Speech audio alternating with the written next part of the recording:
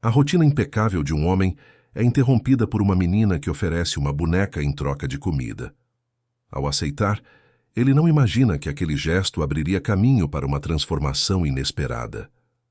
O que começa como ajuda torna-se um laço profundo que mudará suas vidas para sempre. Se esta história te interessou, não se esqueça de se inscrever no nosso canal e diga-nos de que cidade você está assistindo. Continuando. O relógio marcava 6h42 da manhã quando Ricardo Mendes, 52 anos, empurrou a porta de vidro da confeitaria Imperial.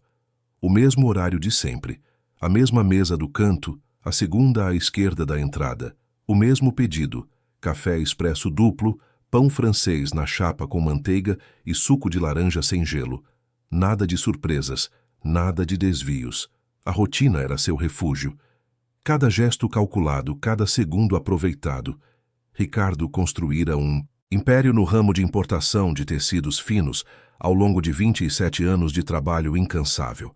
Começara como assistente em uma pequena loja no Brás e hoje comandava a Mendes em Associados, uma das maiores distribuidoras de tecidos nobres do estado de São Paulo. Seu nome era sinônimo de excelência, pontualidade e rigor. As pessoas o respeitavam, mas poucos realmente o conheciam. Ele preferia assim. Sozinho desde o divórcio há 8 anos, Ricardo aprendera a organizar a vida em compartimentos.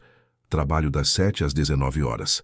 Academia 3 vezes por semana. Jantar sempre em casa, preparado pela cozinheira, que vinha 2 vezes na semana e deixava tudo pronto. Fins de semana dedicados a revisar relatórios e planejar a semana seguinte. Não havia espaço para imprevistos. Não havia necessidade de companhia. Naquela terça-feira de março, o céu ainda carregava o peso da chuva da noite anterior. As ruas do centro histórico de São Paulo começavam a ganhar movimento. Ricardo terminou seu café com a mesma precisão de sempre. Dobrou o guardanapo, ajustou o nó da gravata azul marinho e conferiu o relógio. 6h58, perfeito.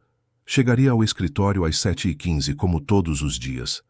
Ao sair da confeitaria, o ar frio da manhã tocou seu rosto.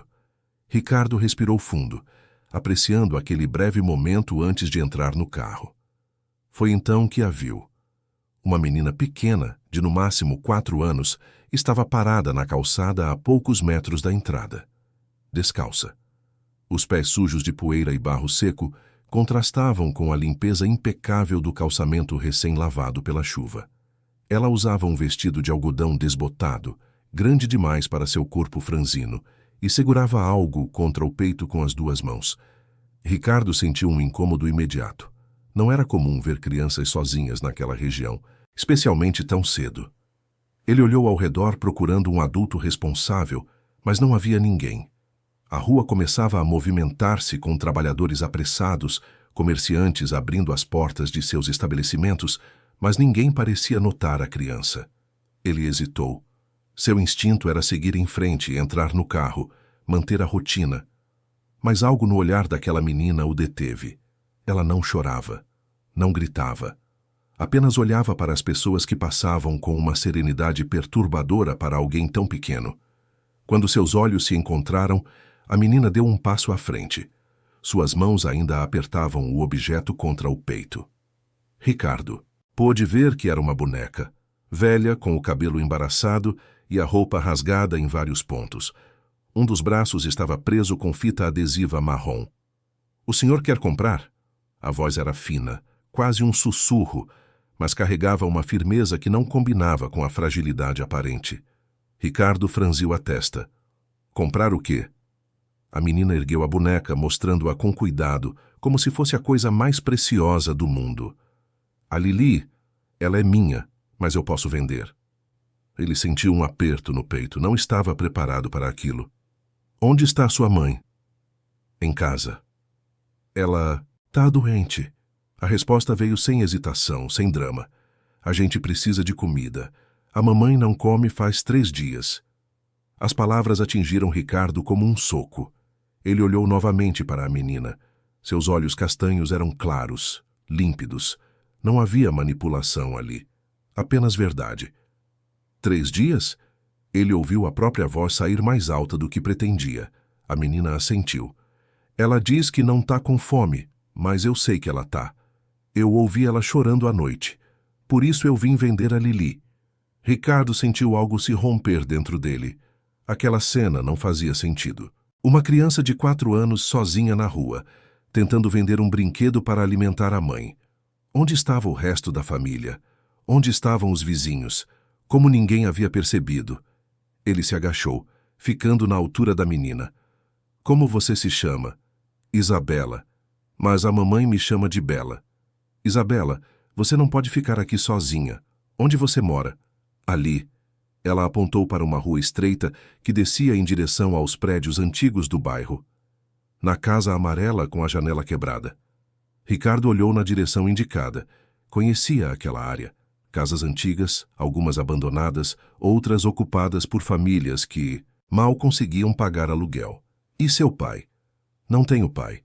A resposta veio sem peso, como se fosse um fato corriqueiro. Sempre foi só eu e a mamãe. Ele tirou a carteira do bolso interno do paletó.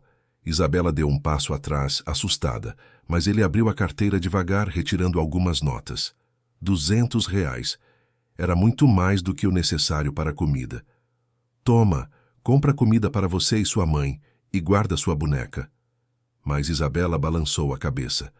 Não posso aceitar sem dar nada. A mamãe disse que a gente nunca pede as coisas de graça. Tem que trocar. Ricardo sentiu um nó na garganta.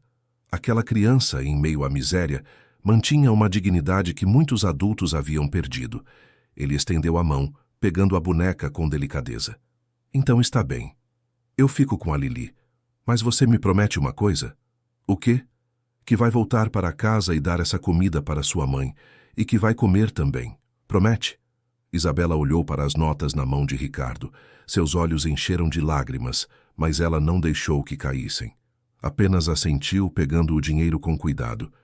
Antes de sair correndo, ela tocou o cabelo da boneca uma última vez.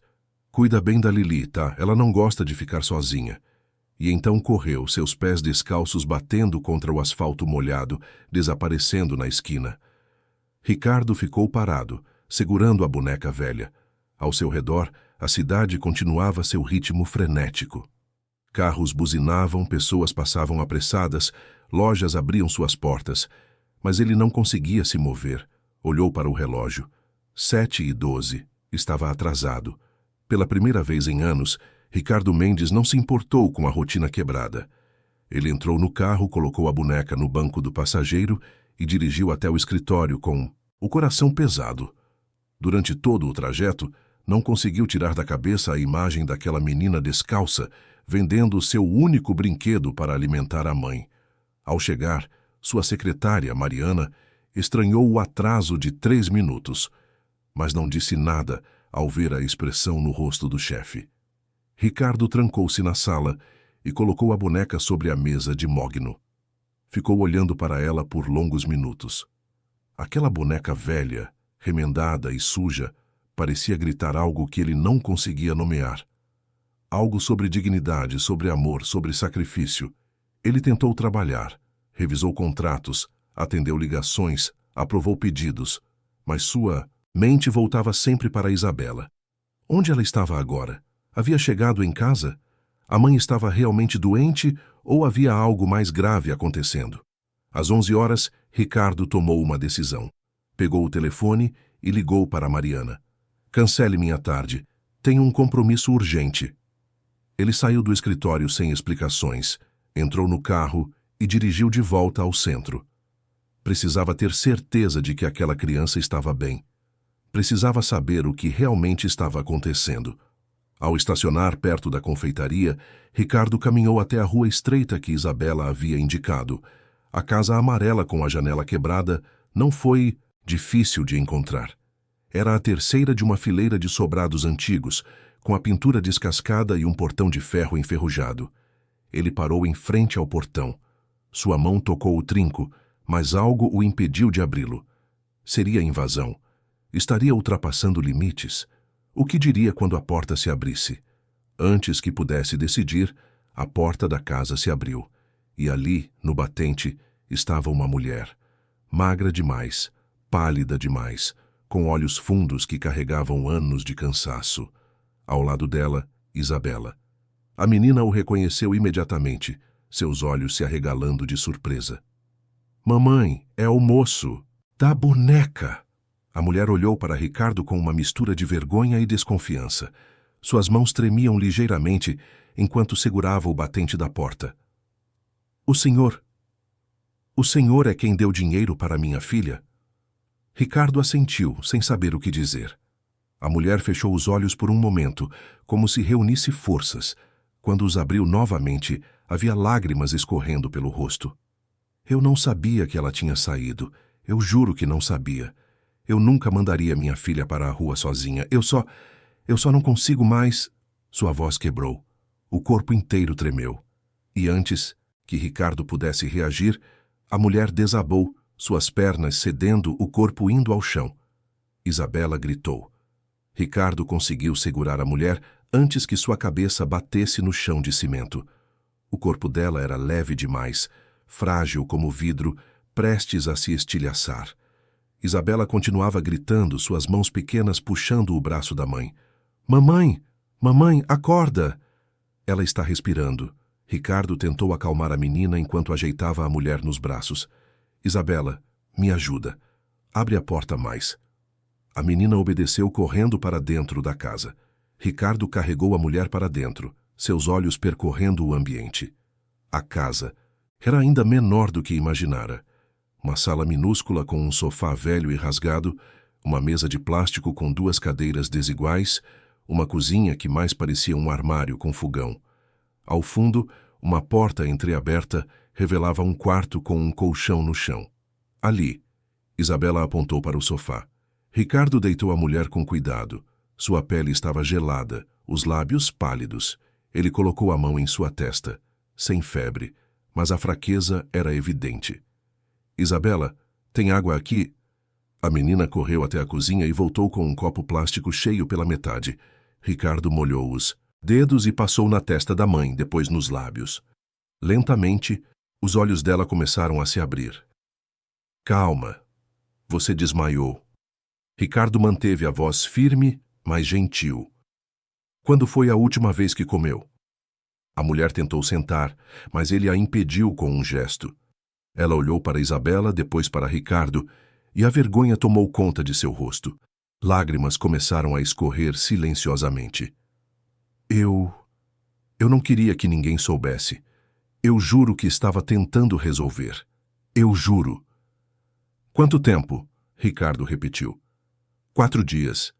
A voz saiu num fio. Isabela comeu ontem. O dinheiro que o senhor deu, eu guardei metade para amanhã. Ela comeu arroz e feijão. Mas eu não consegui. Meu estômago não aceita mais nada. Ricardo sentiu a raiva subir. Não raiva dela, mas da situação. Daquela injustiça silenciosa que acontecia todos os dias, em milhares de casas, enquanto o mundo seguia indiferente. Como você se chama? Júlia Fernandes. Tenho 28 anos. 28. A mesma idade que sua filha teria se o casamento não tivesse acabado, se a vida tivesse tomado outro rumo. Ricardo afastou o pensamento. Júlia, você vai comer agora. E depois vamos conversar. Eu não posso aceitar. Mais nada do senhor. Já foi demais. Não estou pedindo permissão. Ricardo levantou-se e foi até a cozinha. Abriu a geladeira. Vazia, exceto por uma garrafa de água pela metade. Os armários tinham apenas um pacote aberto de arroz e um vidro de molho de tomate vencido. Ele voltou para a sala, pegou o celular e discou um número. Mariana, preciso que você faça algo urgente. Anota o endereço. Rua das Flores, 247, Casa Amarela. Quero que peça uma refeição completa do restaurante Dom Giuseppe. Sopa, prato principal, sobremesa. Para 2 pessoas, não 3. E suco natural. Quero que chegue. Aqui em 20 minutos, não mais que isso. Júlia começou a protestar, mas Ricardo ergueu a mão. Você vai comer. Sua filha vai comer. E então vamos conversar sobre o que aconteceu. A mulher fechou os olhos, as lágrimas continuando a cair. Isabela subiu no sofá e deitou a cabeça no colo da mãe. acariciando seus cabelos com uma ternura que partiu o coração de Ricardo. Enquanto esperavam a comida, Ricardo sentou-se na cadeira de plástico. Júlia, ainda deitada no sofá, começou a falar. As palavras saíam devagar, entremeadas por pausas longas. Ela trabalhara durante 6 anos como auxiliar de limpeza em um hospital. O salário era pouco, mas dava para pagar o aluguel da casa e manter as contas em dia. Isabela ficava com uma vizinha durante o turno da noite. A vida era difícil, mas funcionava. 3 meses atrás, Júlia começou a sentir dores fortes nas costas. Ignorou por semanas, tomando analgésicos baratos da farmácia. Quando finalmente procurou ajuda, o diagnóstico foi hérnia de disco. Precisava de repouso, fisioterapia, tratamento adequado. Mas o hospital não tinha estrutura para afastar funcionários por longos períodos. Deram-lhe 1 semana. Ela voltou ao trabalho, ainda sentindo dor. 2 semanas depois, durante uma limpeza pesada, algo cedeu. A dor foi tão intensa que ela desmaiou no corredor. Acordou no pronto-socorro do próprio hospital onde trabalhava. O médico foi claro. Se continuasse forçando, poderia ter sequelas permanentes. Júlia foi demitida. Sem justa causa, sem indenização adequada. O dinheiro da rescisão mal pagou as contas atrasadas. Ela procurou outros empregos, mas ninguém queria contratar alguém com problemas na coluna. As entrevistas sempre terminavam da mesma forma. Vamos analisar seu currículo e entrar em contato. O contato nunca vinha. O dinheiro acabou. O aluguel atrasou. A dona da casa, uma senhora de 70 anos chamada Dona Célia, teve pena e deu mais 1 mês. Depois mais 1. Mas até a paciência tem limite. Na semana passada ela disse que não pode mais esperar. Se eu não pagar os 3 meses atrasados até sexta-feira, ela vai ter que me despejar. Ela chorou quando disse isso. Eu também chorei. Júlia limpou o rosto com as costas da mão. Eu tentei pedir ajuda. Fui em igrejas, em postos de saúde, procurei programas sociais, mas tudo demora. Tudo tem fila, tudo tem burocracia. E enquanto isso, minha filha está com fome. A campainha tocou. Ricardo atendeu e recebeu as sacolas do entregador. A comida estava quente. O cheiro encheu a pequena sala. Ele preparou um prato para Júlia e outro para Isabela. A menina comeu devagar, saboreando cada garfada como se fosse a última. Júlia tentou comer, mas seu estômago rejeitou. Ela conseguiu tomar a sopa aos poucos, cada colherada um esforço. Ricardo comeu em silêncio, observando. Aquela cena deveria ser normal. Uma mãe e uma filha almoçando. Mas ali, naquela casa fria e vazia, parecia um milagre. Quando terminaram, ele se levantou. Júlia, você sabe costurar? A pergunta pegou a mulher de surpresa. Costurar? Sim, aprendi com minha mãe. Por quê? Sabe fazer acabamentos em tecidos finos? Bordados, ajustes, esse tipo de coisa? Sei. Eu costurava as roupas da Isabela, fazia concertos para os vizinhos. Nunca cobrei, mas as pessoas diziam que eu era boa nisso. Ricardo assentiu, um plano se formando em sua mente. Trabalho com importação de tecidos. Tenho uma equipe de costureiras que fazem acabamentos especiais em peças para clientes específicos. Uma delas acabou de sair de licença maternidade. Preciso de alguém para cobrir por 3 meses, talvez mais. Júlia o olhou sem entender. O senhor está me oferecendo um emprego? Estou. O trabalho é de segunda a sexta, das 9 às 17. Salário compatível com a função, vale transporte, vale refeição. Você consegue começar na próxima semana? A mulher ficou paralisada. Sua boca se abriu, mas nenhum som saiu. Isabela pulou do sofá e correu até Ricardo, abraçando suas pernas. É verdade? A mamãe vai trabalhar? Se ela aceitar. Ricardo olhou para Júlia. E se conseguir se cuidar? Você vai precisar ir a um médico. A empresa tem convênio. Vou marcar uma consulta para você amanhã. Júlia começou a soluçar. Seu corpo tremia inteiro. Eu não sei o que dizer. Eu não sei como agradecer. Não. Precisa agradecer. Precisa aparecer na segunda-feira, pontualmente às 9 horas. Ricardo tirou um cartão do bolso. Esse é o endereço. Se tiver qualquer problema até lá, me liga nesse número. Ele colocou 5 notas de R$ 100 sobre a mesa. Para você pagar parte do aluguel e comprar comida até começar a trabalhar. Não é favor, é adiantamento do salário. Júlia pegou o dinheiro com mãos trêmulas. Eu vou devolver cada centavo, eu juro. Eu sei. Ricardo foi até a porta. Antes de sair, olhou para Isabela. Cuida da sua mãe. E obrigado pela Lili. Estou cuidando bem dela. A menina sorriu. E naquele sorriso havia uma luz que Ricardo não via há anos. Ele saiu da casa e caminhou até o carro. Ao entrar, ficou parado por longos minutos, as mãos no volante, os olhos fixos no nada. O que acabara de fazer? Ofereceram um emprego por impulso, sem verificar referências, sem entrevista formal, sem seguir nenhum dos protocolos que ele mesmo criara na empresa. Seus sócios questionariam. Mariana ficaria confusa. Era completamente fora do padrão.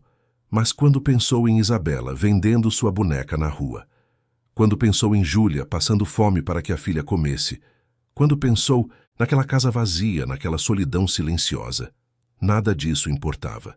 Ricardo ligou o carro e voltou para o escritório. No caminho, ligou para Mariana novamente. Quero que você prepare um contrato de trabalho temporário. Início na próxima segunda-feira. Função: auxiliar de acabamentos. E marque uma consulta médica com o Dr. Oliveira para amanhã às 10 horas. É urgente. Mariana fez as perguntas de praxe, mas Ricardo não deu muitos detalhes. Apenas o necessário. Ao chegar no escritório, ele foi direto para a sala e sentou-se à mesa. A boneca ainda estava lá, encostada no porta-lápis. Ricardo a pegou e examinou, com atenção. Os remendos mal feitos, o cabelo embaraçado, o vestido rasgado. Aquela boneca representava tudo o que Isabela tinha, e mesmo assim, ela a oferecera em troca de ajuda para a mãe. Ricardo sentiu algo mudar dentro dele. Uma rachadura no muro que construíra ao longo dos anos. Um espaço para algo que há muito tempo deixara de lado. Compaixão. Ele colocou a boneca de volta na mesa e voltou ao trabalho. Mas pela primeira vez em anos, o trabalho não era mais a única coisa que importava. Naquela noite, ao deitar, Ricardo não conseguiu dormir. Pensava em Júlia, em Isabela naquela casa fria. Pensava no que poderia ter acontecido se ele tivesse simplesmente seguido em frente naquela manhã. Algumas vidas mudam em segundos. Um encontro casual, uma decisão impulsiva, um gesto simples. E enquanto a cidade dormia lá fora, Ricardo ficou acordado, olhando para o teto escuro, se perguntando o que mais aquela boneca velha ainda iria mudar em sua vida. O domingo passou como uma eternidade para Júlia. Ela limpou a casa 3 vezes, lavou as poucas roupas que tinha, tentou escolher o que vestir na segunda-feira. Nada parecia adequado. Seus vestidos eram velhos, desbotados, alguns com remendos visíveis. As calças tinham manchas que não saíam mais, por mais que esfregasse. Os sapatos estavam gastos, a sola de um deles começando a descolar. Ela sentou na cama e chorou. Como poderia apresentar-se em uma empresa séria vestida daquele jeito? As pessoas iam olhar para ela e saber imediatamente de onde vinha. Iam julgar. Iam sussurrar. Isabela entrou no quarto e subiu na cama. Mamãe, por que tá chorando? Não é nada, meu amor. Mamãe tá só cansada. Você vai trabalhar amanhã, né? O moço falou. Júlia abraçou a filha com força. Vou sim. E tudo vai melhorar, você vai ver. Mas enquanto dizia essas palavras, o medo apertava seu peito. E se ela não fosse boa o suficiente? E se cometesse erros? E se descobrissem que ela estava ali por pena, não por competência? Na segunda-feira, Júlia acordou às 5 da manhã. Tomou banho, vestiu a melhor roupa que tinha, uma calça jeans escura e uma blusa branca simples, e prendeu os cabelos em um coque. Deixou Isabela com Dona Célia, que aceitou cuidar da menina durante o dia. O trajeto até a empresa levou 40 minutos de ônibus. Júlia desceu no ponto indicado e olhou. Para o prédio à sua frente. 5 andares de vidro espelhado, fachada moderna, jardim na entrada. Pessoas bem vestidas entravam e saíam com pastas executivas e celulares na mão. Ela respirou fundo e entrou. A recepcionista a olhou de cima a baixo antes de perguntar seu nome. Júlia notou o olhar, sentiu o julgamento. Deu seu nome com voz trêmula. Aguarde ali. A moça apontou para uma fileira de cadeiras no canto. Júlia esperou por 15 minutos, até que uma mulher de meia-idade apareceu. Júlia Fernandes? Sim, sou eu. Sou Beatriz, supervisora da área de acabamentos. Me acompanhe. Beatriz a levou até o terceiro andar. O ambiente era amplo, bem iluminado, com mesas de trabalho organizadas em fileiras. Havia cerca de 15 mulheres, todas debruçadas sobre tecidos coloridos, agulhas e linhas. O silêncio era quebrado apenas pelo som das máquinas de costura. Esse será seu posto. Beatriz apontou para uma mesa no canto. Você vai trabalhar com acabamentos em peças de alta costura, bordados, aplicações, ajustes finos. O Sr. Ricardo disse que você tem experiência com costura. Tenho sim, eu costuro desde os 12 anos. Bem, aqui é diferente de costurar em casa. Os clientes são exigentes. Cada ponto precisa ser perfeito. Qualquer erro pode custar milhares de reais. Beatriz a olhou nos olhos. Você entende a responsabilidade? Júlia assentiu, a garganta seca. Ótimo. Vou te passar as primeiras peças. Qualquer dúvida, me chame. As primeiras horas foram tranquilas. Júlia concentrou-se no trabalho, suas mãos recuperando a familiaridade com a agulha e a linha. O tecido era fino, delicado, completamente diferente do que estava acostumada. Mas seus dedos lembravam os movimentos, a precisão necessária. Na hora do almoço, ela foi até o refeitório. As outras costureiras já estavam lá, sentadas em grupinhos. Júlia pegou sua bandeja e procurou um lugar. Todas as mesas pareciam cheias. Ela ficou de pé sem saber onde sentar. Pode sentar aqui. Uma mulher jovem, de cabelos crespos presos em um coque, fez sinal para a cadeira vazia ao lado. Obrigada. Júlia sentou-se aliviada. Sou a Patrícia. Você é a nova? Sou, Júlia. Bem-vinda. Patrícia sorriu, mas o sorriso não chegou aos olhos. Soube que você foi contratada direto pelo Sr. Ricardo. Foi. Que sorte a sua. A voz de outra mulher veio do outro lado da mesa.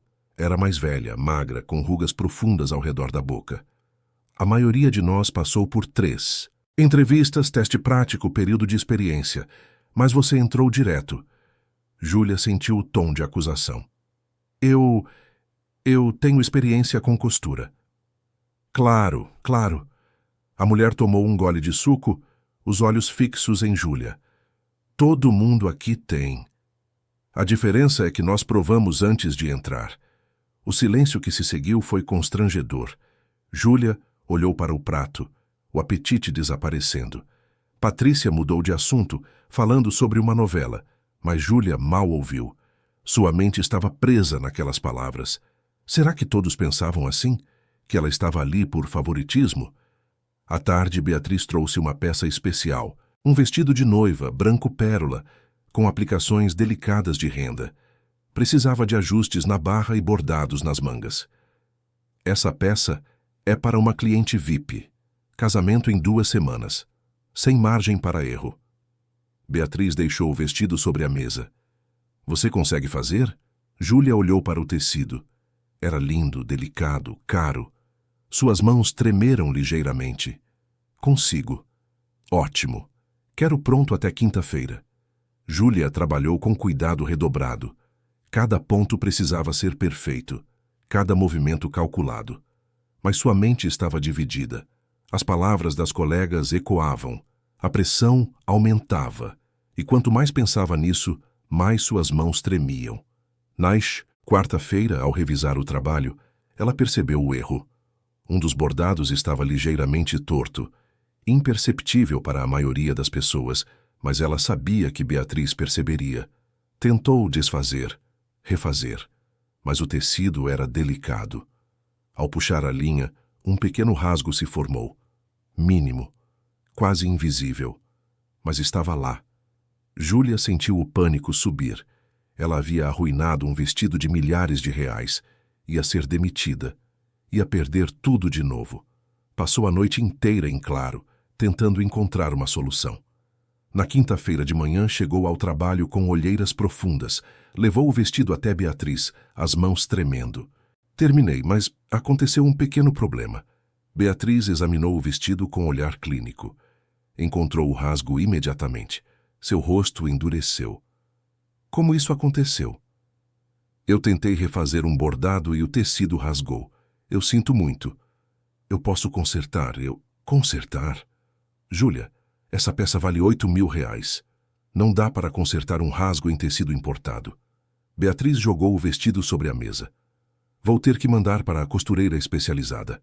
Vai custar mais R$ 500 e vai sair do seu salário. Júlia sentiu as lágrimas surgirem, mas as segurou. Eu entendo, me desculpe. Eu avisei que não tinha margem para erro. Beatriz suspirou. Olha, eu sei que você está começando, mas precisa ter mais cuidado. Aqui a gente não trabalha com tecido de feira. É coisa cara, de gente importante. As palavras soaram como um tapa. Júlia apenas assentiu e voltou para seu posto. Ao sentar, ouviu os sussurros das outras costureiras. Não conseguia distinguir as palavras, mas o tom era claro. Julgamento. Confirmação. Ela não era boa o suficiente. Naquela tarde, Ricardo apareceu no andar. Júlia o viu conversando com Beatriz, os dois olhando na direção dela. Seu coração acelerou. Ele estava decepcionado, arrependido de tê-la contratado. Ricardo caminhou até sua mesa. Júlia, pode vir comigo? Ela o seguiu até uma sala de reuniões vazia. Ele fechou a porta e a olhou com seriedade. Beatriz me contou sobre o vestido.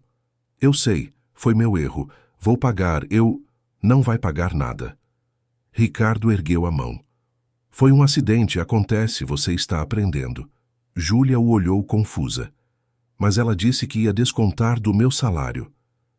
Eu dei ordens para não descontar. Erros fazem parte do processo. Ele sentou na cadeira e fez sinal para que ela sentasse também. Mas vim aqui para falar de outra coisa. Percebi que você está tensa. As outras costureiras estão te tratando mal. Júlia hesitou. Não, elas são educadas. Júlia. Ela baixou os olhos. Elas acham que eu estou aqui por favor, que eu não mereço a vaga. Ricardo assentiu lentamente. E você? O que você acha? A pergunta a pegou de surpresa. Eu não sei. Às vezes eu acho que elas têm razão. Eu entrei sem passar pelas etapas normais. Eu não provei nada ainda. Você está errada. Ricardo se inclinou para a frente. Você está aqui porque eu vi que você tem habilidade. Vi nos remendos da roupa da sua filha, nas costuras que você fazia para os vizinhos. Você tem talento. O que falta é confiança. Júlia sentiu um nó na garganta. Mas e se eu não for boa o suficiente? E se eu continuar errando? Então você vai aprender com os erros. Ninguém nasce sabendo, Júlia. Todo mundo aqui já rasgou tecido, já errou medida, já recebeu bronca da Beatriz. Ele sorriu levemente. A diferença é que elas esqueceram disso.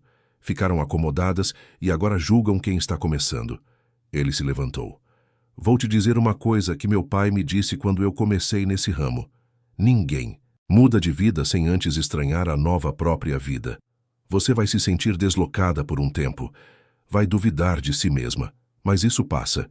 E quando passar, você vai perceber que merece estar aqui tanto quanto qualquer outra pessoa. Júlia deixou as lágrimas caírem. Pela primeira vez em semanas, não eram lágrimas de desespero. Eram de alívio. Obrigada por tudo. Ricardo assentiu e saiu da sala.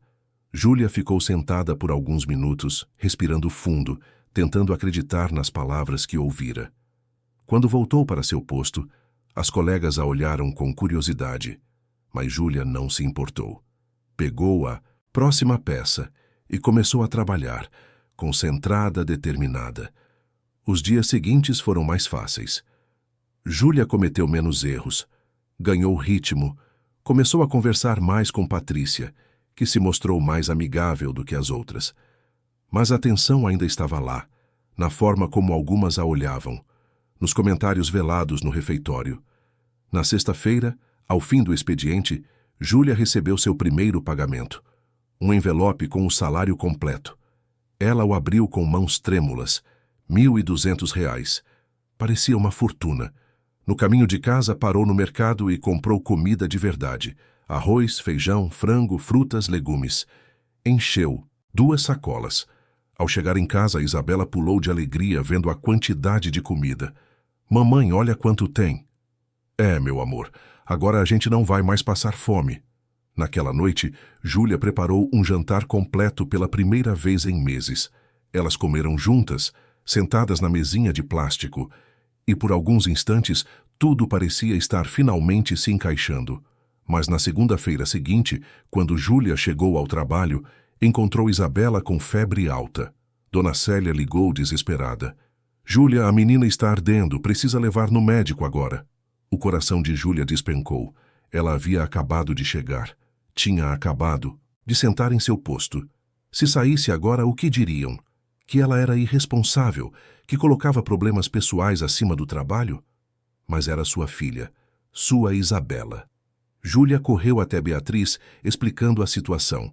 A supervisora franziu a testa. Você acabou de chegar.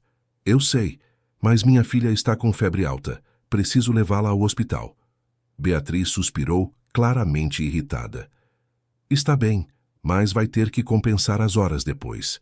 Júlia saiu correndo, o coração apertado. Pegou Isabela em casa. A menina ardendo em febre, tremendo. No hospital, a espera foi longa. 3 horas até serem atendidas. O diagnóstico foi virose. Nada grave, mas a menina precisava de repouso e medicação. Júlia comprou os remédios com o pouco dinheiro que tinha sobrado e voltou para casa exausta. Naquela noite, enquanto Isabela dormia ao seu lado, Júlia olhou para o teto escuro e sentiu o medo voltar. E se perdesse o emprego por ter faltado? E se Beatriz a demitisse? Tudo ia desmoronar de novo. Ela fechou os olhos, apertando a mão pequena da filha, e rezou para que o dia seguinte fosse diferente. Mas, no fundo, uma voz sussurrava que talvez a sorte estivesse chegando ao fim. Na manhã seguinte, Júlia acordou com o corpo pesado de cansaço. Isabela ainda dormia, a febre havia baixado durante a madrugada. Ela deixou a menina com Dona Célia novamente, junto com as instruções sobre os remédios, e saiu para o trabalho com o coração apertado. Ao chegar na empresa, o clima estava diferente. As costureiras conversavam em grupinhos, lançando olhares na direção dela. Júlia sentiu o estômago revirar. Foram até seu posto e começaram a trabalhar, tentando ignorar os sussurros. Beatriz apareceu meia hora depois. Júlia, preciso falar com você, na minha sala. O caminho até a sala da supervisora pareceu interminável. Júlia entrou, as pernas tremendo. Sente-se. Beatriz fechou a porta e foi direto ao ponto. Ontem você saiu no meio do expediente. Minha filha estava com febre alta. Eu expliquei. Eu sei. E entendo que você tem uma criança. Mas isso não pode virar rotina, Júlia. As outras funcionárias também têm filhos e conseguem se organizar. As palavras foram como um soco. Eu sou mãe solo. Não tenho ninguém além de uma vizinha idosa para me ajudar. E eu lamento por isso. Mas aqui temos prazos, compromissos. Não posso fazer exceções. Beatriz cruzou os braços. Ontem você deixou 3 peças sem terminar. Tive que redistribuir o trabalho. As meninas ficaram sobrecarregadas. Júlia sentiu as lágrimas surgirem, mas lutou para contê-las. Me desculpe. Não vai acontecer de novo. Espero que não. Beatriz suspirou. Olha, eu sei que o Sr. Ricardo tem um apreço especial por você, mas eu preciso que você entenda. Aqui você é uma funcionária como qualquer outra. Mesmas regras, mesmas exigências. Não posso te tratar diferente só porque foi ele quem te trouxe. A frase ecoou na sala. Júlia entendeu perfeitamente a mensagem nas entrelinhas. Ela estava sendo vigiada mais de perto justamente por isso. Cada erro seria ampliado. Cada deslize seria anotado. Eu entendo. Ótimo. Pode voltar ao trabalho. Júlia saiu da sala com a sensação de estar equilibrando-se em uma corda bamba. Um passo em falso e tudo desmoronaria. As semanas seguintes foram as mais difíceis. Júlia trabalhava concentrada, evitava conversas longas, almoçava sozinha. Algumas costureiras começaram a ser mais amigáveis, especialmente Patrícia, que a convidava para tomar café nas pausas. Mas outras mantinham a distância, os olhares frios, os comentários cortantes. Um dia, durante o almoço, Júlia ouviu uma conversa na mesa ao lado. Ela só está aqui porque o chefe sentiu pena. Aposto que ela nem sabe costurar direito. Eu ouvi dizer que ela estava passando fome. Vendia as coisas na rua. Coitadinha. Mas isso não é desculpa para entrar aqui sem passar pelo processo normal. Júlia apertou os talheres com força.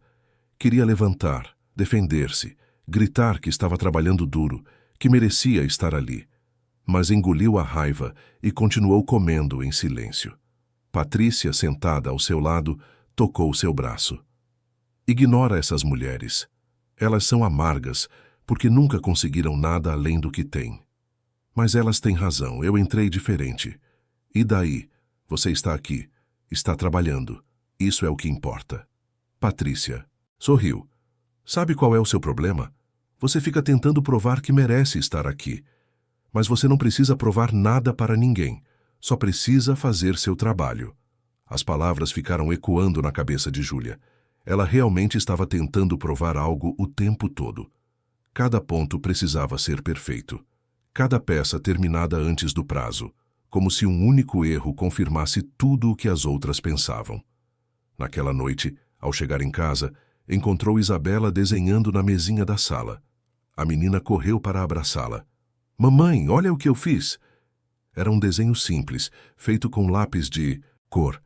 2 figuras de mãos dadas, uma grande, uma pequena. Acima, um sol amarelo. "Somos eu e você, mamãe. Felizes." Júlia sentiu o peito apertar. Abraçou a filha com força, respirando o cheiro dos cabelos dela. "Estamos felizes mesmo, não estamos?" "Estamos, porque agora a gente come todo dia. E você não chora mais à noite." A inocência daquelas palavras partiu o coração de Júlia. Isabela havia percebido tudo: o sofrimento, as lágrimas silenciosas, o medo. E mesmo assim, mantinha aquela alegria intacta.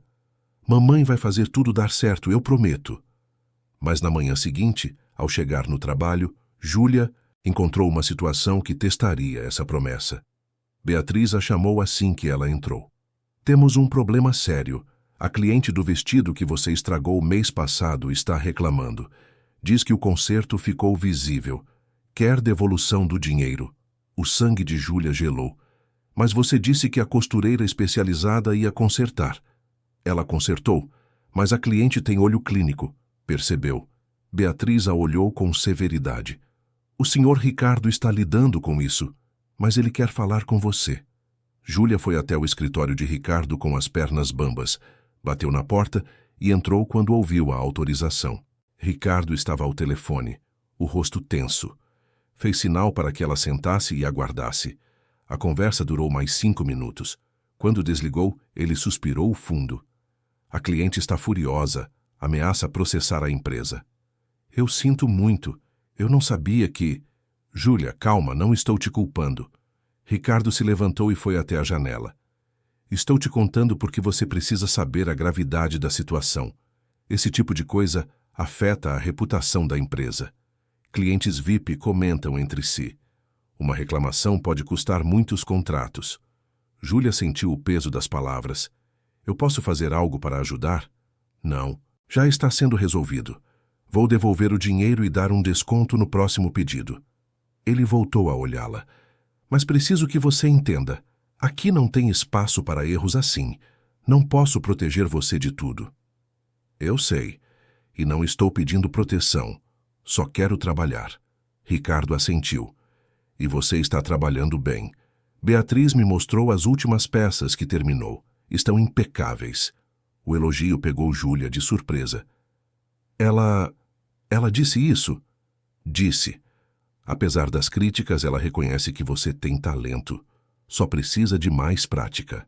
Júlia saiu do escritório com sentimentos misturados. Alívio por não ter sido demitida, culpa pelo problema causado, mas também uma pontinha de orgulho. Ela estava melhorando. As semanas se transformaram em meses.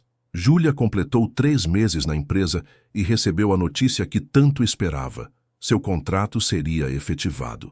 Não era mais temporária. Era funcionária de carteira assinada com todos os direitos. Quando Beatriz entregou o envelope com a notícia, Júlia teve que se segurar para não chorar ali mesmo. Parabéns, você merece, Beatriz disse, e pela primeira vez havia sinceridade em sua voz. Naquela tarde, Júlia saiu do trabalho com o coração mais leve do que em meses. Parou em uma lanchonete e comprou um bolo de chocolate, o favorito de Isabela. Ao chegar em casa, a menina pulou de alegria. Bolo? É aniversário de alguém? Não, meu amor, é só uma celebração. Mamãe agora tem um emprego de verdade. Para sempre. Isabela não entendeu completamente, mas percebeu a felicidade da mãe. Elas comeram bolo juntas, rindo, fazendo planos. Júlia falou sobre comprar roupas novas, consertar a janela quebrada, talvez até trocar o colchão velho. E a gente pode comprar tinta para pintar a casa? Isabela perguntou, os olhos brilhando. Pode sim. Que cor você quer? Amarela, como o sol do meu desenho. Júlia abraçou a filha, sentindo algo que há muito não sentia. Esperança. Verdadeira esperança de que as coisas poderiam finalmente melhorar. Mas a vida tinha outros planos. 2 dias depois, Júlia recebeu uma carta. Dona Célia, a senhoria, precisava vender a casa. O filho estava com problemas financeiros e pressionava a mãe a desfazer-se do imóvel. Júlia tinha 2 meses para encontrar outro lugar. A notícia caiu como um balde de água fria. Júlia havia acabado de conseguir estabilidade no emprego, mas agora precisaria encontrar outra casa, pagar mudança, lidar com novos custos. Ela procurou imóveis, pela região, mas os valores estavam muito acima do que podia pagar. Apartamentos pequenos custavam mais que o dobro do aluguel atual. Casas em condições parecidas ficavam em bairros perigosos, longe do trabalho. As noites voltaram a ser de insônia. Júlia fazia contas, tentava encontrar soluções, mas os números nunca fechavam. Uma semana depois, ao sair do trabalho, encontrou Ricardo no estacionamento. Ele estava encostado no carro como se a esperasse. Júlia, posso falar com você 1 minuto? Claro. Beatriz me contou que você está procurando casa. Problemas com o aluguel? Júlia hesitou. Não queria parecer que estava pedindo ajuda. Novamente, a dona da casa precisa vender. Estou procurando outro lugar.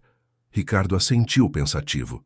Tenho um imóvel, uma kitnet em um prédio próximo daqui. Ficou vaga mês passado. Não é grande, mas é segura, limpa. Se quiser, posso alugar para você por um valor que caiba no seu orçamento. Júlia o olhou desconfiada. Por que está fazendo isso? Porque preciso alugar o imóvel e você precisa de um lugar para morar. É uma troca justa. Mas, com certeza, o senhor poderia alugar por um valor maior para outra pessoa. Poderia, mas prefiro alugar para alguém que eu sei que vai cuidar bem do lugar. Ele tirou uma chave do bolso. Quer ver o apartamento antes de decidir? Júlia acompanhou Ricardo até um prédio a 10 minutos de caminhada da empresa. Era simples, mas bem conservado. A kitnet ficava no 2º andar. Pequena, mas aconchegante. Sala conjugada com quarto, cozinha americana, banheiro. Tinha até uma janela grande que deixava entrar bastante luz. É perfeita, Júlia sussurrou. Então está decidido. Você pode se mudar quando quiser. Júlia olhou para Ricardo com lágrimas nos olhos. Eu não sei como agradecer. De novo. Não precisa agradecer. É negócio. Mas o sorriso dele dizia outra coisa. Naquela noite, Júlia contou para Isabela sobre a casa nova. A menina ficou animada com a ideia de ter um quarto só delas, mesmo que pequeno. A gente pode pintar de amarelo? Pode sim, meu amor. 2 semanas depois, elas se mudaram. Não tinham muita coisa. Roupas, alguns utensílios de cozinha, o colchão velho. Mas era o suficiente para começar. No primeiro dia na casa nova, Júlia e Isabela sentaram no chão da sala vazia, comendo sanduíches. Gostou da casa nova? Júlia perguntou. Gostei, é pequenininha, mas é nossa. Isabela sorriu. E não tem janela quebrada. Júlia riu, abraçando a filha. Pela primeira vez em muito tempo, sentiu que estava construindo algo sólido. Um emprego fixo, uma casa decente, comida na mesa. Mas no fundo de sua mente, uma pergunta não saía. Por quanto tempo conseguiria manter tudo isso em pé? E o que faria se de novo tudo desmoronasse? A resposta viria mais cedo do que imaginava. 6 meses se passaram desde que Júlia começara a trabalhar na Mendes em Associados. A rotina havia se estabelecido. Acordar cedo, preparar Isabela para a escola que conseguira matriculá-la através de uma vaga na rede pública, trabalhar das 9 às 5, buscar a filha, voltar para casa, jantar, ajudar com a lição, dormir. Dia após dia, semana após semana. A kitnet continuava simples, mas agora tinha cortinas novas, alguns móveis comprados em lojas de usados, panelas que não estavam amassadas. Isabela ganhara um presente de Ricardo no aniversário de 5 anos. Uma boneca nova, parecida com Lili, mas inteira, sem remendos. A menina a chamou de Luna e a tratava com o mesmo carinho que dera a Lili. Mas a boneca velha não fora esquecida. Júlia sabia que Ricardo a guardava em algum lugar, embora nunca tivesse perguntado onde. No trabalho, Júlia conquistara respeito. Não de todas, mas de muitas. Suas costuras eram precisas, seus prazos cumpridos. Beatriz ainda era dura, mas justa. E Patrícia tornara-se uma verdadeira amiga, alguém com quem Júlia podia desabafar nos momentos difíceis. Mas a estabilidade que tanto buscara trazia consigo uma inquietação que Júlia não conseguia nomear. Era como se estivesse esperando que algo ruim acontecesse. Como se a felicidade fosse temporária, uma pausa entre uma tragédia e outra. E então, numa terça-feira comum de setembro, tudo começou a mudar. Ricardo não apareceu no trabalho. Isso era incomum, mas não alarmante. Ele viajava com frequência para fechar negócios, visitava fornecedores em outras cidades. Mariana, a secretária, apenas disse que ele estava resolvendo assuntos pessoais, mas na quarta-feira, quando ele também não apareceu, os rumores começaram. Ouvi dizer que ele está doente. Não, ele teve um problema familiar. Aposto que é coisa de mulher. Homem rico sempre tem amante.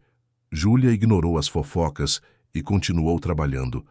Mas na quinta-feira, Mariana apareceu no andar das costureiras com o rosto pálido. Chamou Beatriz para uma conversa particular.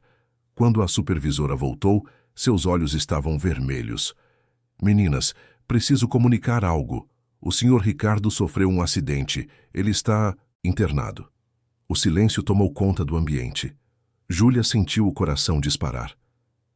Que tipo de acidente? Alguém perguntou. Acidente de carro. Ele estava voltando de uma reunião em Campinas quando um caminhão invadiu a pista.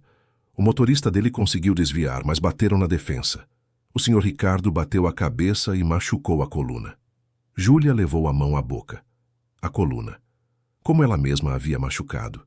Como ela sabia o quanto aquilo doía, limitava, destruía planos. Ele está bem? Patrícia perguntou. Está vivo, mas vai precisar de cirurgia. E depois, muito repouso. Beatriz respirou fundo. A empresa vai continuar funcionando normalmente. Os sócios vão assumir a gestão temporariamente. Mas eu queria que vocês soubessem. O resto do dia passou em um borrão. Júlia tentou trabalhar, mas suas mãos tremiam. Pensava em Ricardo, sempre tão sério, tão controlado, agora em uma cama de hospital. Ao fim do expediente, ela procurou Mariana. Em que hospital ele está? Hospital Santa Cruz, mas acho que não estão permitindo visitas, Júlia. Eu sei, só queria saber. Júlia foi para casa, preparou o jantar mecanicamente, ajudou Isabela com a lição. Mas sua mente estava longe. Pensava na ironia cruel da situação. Ricardo dera a ela uma chance quando estava no fundo do poço. E agora era ele quem precisava de ajuda. No sábado de manhã, Júlia pegou um ônibus até o Hospital Santa Cruz. Não sabia se conseguiria vê-lo, mas precisava tentar. Na recepção, explicou que era funcionária dele. A atendente conferiu uma lista e balançou a cabeça. Lamento, mas o Sr. Mendes não está recebendo visitas. apenas família. Eu entendo. Poderia ao menos deixar um recado? A moça hesitou, depois entregou um papel. Júlia escreveu poucas palavras. Estou torcendo pela sua recuperação. Se precisar de algo, é só chamar. Júlia. Deixou o bilhete e saiu do hospital com o coração apertado. As semanas seguintes foram estranhas. A empresa funcionava, mas sem a presença de Ricardo, tudo parecia diferente. Os sócios, 2 homens na casa dos 60, raramente apareciam no andar das costureiras. Beatriz lidava com tudo sozinha, e a pressão sobre ela se refletia na equipe. Os prazos ficaram mais apertados, as exigências maiores. Clientes importantes começaram a reclamar da demora nas entregas. 2 costureiras pediram demissão, sobrecarregando as que ficaram. Júlia trabalhava horas extras sem reclamar. Chegava em casa exausta, mal conseguindo brincar com Isabela. A menina percebia. Mamãe, você está cansada de novo, igual antes. Estou só um pouquinho cansada, meu amor. Mas passa. Mas não passava. A pressão só aumentava. 1 mês depois do acidente, Mariana apareceu com uma notícia. Ricardo havia saído do hospital, mas voltara para casa em uma cadeira de rodas. A cirurgia fora bem-sucedida, mas a recuperação seria longa. Meses de fisioterapia, repouso, cuidados constantes. Júlia sentiu um aperto no peito ao imaginar aquele homem tão independente, tão controlado, precisando de ajuda para tudo. Naquela noite, ao deitar Isabela, a menina perguntou sobre o moço da boneca. Ele está doente, mamãe? Está se recuperando, meu amor. A gente podia visitar ele, levar um desenho. Você disse que desenho deixa as pessoas felizes. Júlia sorriu, emocionada com a bondade da filha. É uma boa ideia. Vamos fazer isso. No domingo seguinte, Júlia ligou para o número que Ricardo dera a ela meses atrás, o contato de emergência. Foi Mariana quem atendeu. Júlia, tudo bem? Oi, Mariana. Desculpa incomodar no fim de semana. Eu queria saber se seria possível visitar o Sr. Ricardo. Minha filha fez um desenho para ele. Houve uma pausa. Espera um momento. Júlia ouviu vozes abafadas ao fundo. Depois, Mariana voltou. Ele disse que pode receber vocês hoje à tarde, se quiser.